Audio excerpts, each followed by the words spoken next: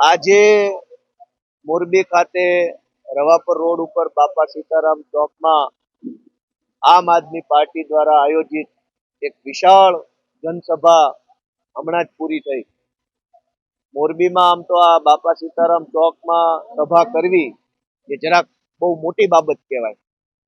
બને ત્યાં સુધી ભ્રષ્ટાચારી ભાજપની સભાઓ જ અહીંયા થતી હોય છે. આ ઈમાનદાર પાર્ટીની સભા અહીંયા પહેલી વખત થઈ અને એમાં આટલી વિશાળ સંખ્યામાં મોરબી શહેર અને આજુબાજુના ગામડાઓમાંથી લોકો સ્વયંભૂ આવ્યા અને ખૂબ ઉત્સાહ સાથે આટલી બધી ઠંડી હોવા છતાં રાતના 11 વાગ્યા સુધી આ સભામાં હાજરી આપી, ધ્યાનથી બધી વાત સાંભળી.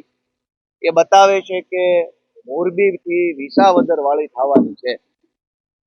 ખાસ વિશેષ કરીને એ જણાવવાનું કે આ મોરબી મહાનગર હવે પછીથી જે છે એ હજારો લોકોને રોજીરોટી આપતું શહેર છે.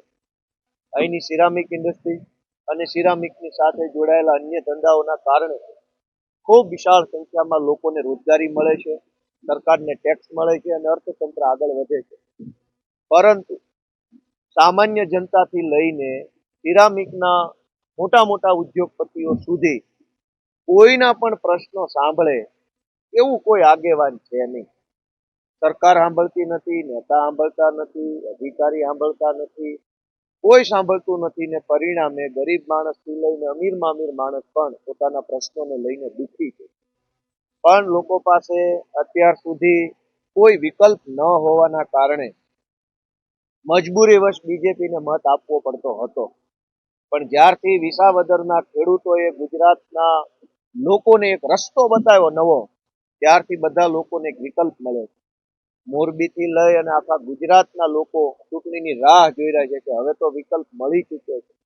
એવો જોઈએ એવો લડાયક, ક્વોલિફાઈડ અને જનતા માટે ઉભા રહે એવો એક વિકલ્પ જનતાને મળ્યો છે. મને આજની આ સભા પછી પૂરો એવો વિશ્વાસ છે કે આ મહાનગરપાલિકાની ચૂંટણીની અંદર આમ આદમી પાર્ટીને ખૂબ આશીર્વાદ અને પ્રેમ જનતા તરફથી મળશે.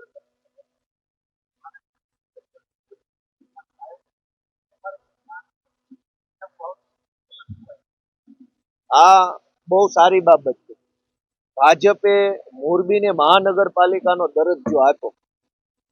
એનાથી જનતાને શું મળશે એ કોઈ જણાવવા તૈયાર નથી. ભાજપના એક પણ નેતાને ખબર નથી કે મહાનગરપાલિકા બનશે તો જનતાનો શું ફાયદો, કોઈને ખબર નથી.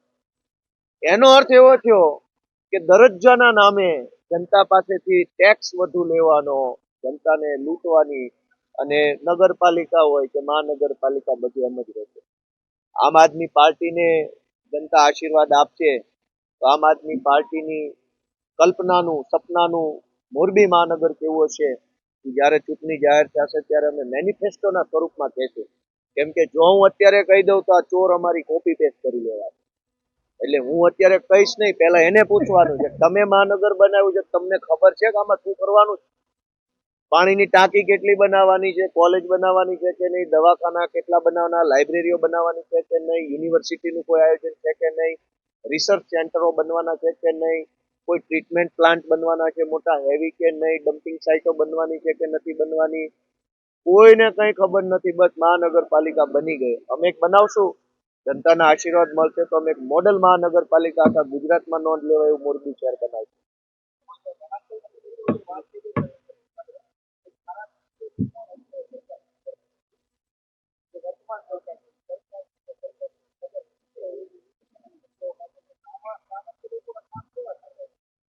સામાન્ય લોકોના તો કામ પછી વાત છે. ધારાસભ્યો પોતે એમ કહે છે, પત્ર લખીને એમ કહે છે કે અમારું કોઈ મામલતદારે સાંભળતું નથી. ભાજપના ધારાસભ્યોની જો આ હાલત હોય તો સામાન્ય માણસની હાલત તો હવે કલ્પના કરવાની કે કેટલી પરિસ્થિતિ ખરાબ હશે. અને એક નહીં, બે નહીં, 5 નહીં, 25 ધારાસભ્યો લખ્યું છે. અને આજકાલના નહીં, 2020 થી લખતા આવે છે. કોરોના સમયે મને યાદ છે જસદણના ધારાસભ્ય, કતારગામના ધારાસભ્ય અને બગસરાના ધારાસભ્યએ કીધું હતું કે આ કોરોના સમયે કલેક્ટરો અમારું ગાંઠતા નથી. 2020 થી આ પરિસ્થિતિ છે કે ભાજપના ધારાસભ્યોનું અધિકારી બિલકુલ માનતા સાંભળતા નથી. તો આમ જનતા તો ભગવાન ભરોસે જ ગણવાની રહી. હવે ગોપાલભાઈ, મોરબી હમલો પ્રશ્ન એવો હતો કે આપણે લાસ્ટ ટાઈમ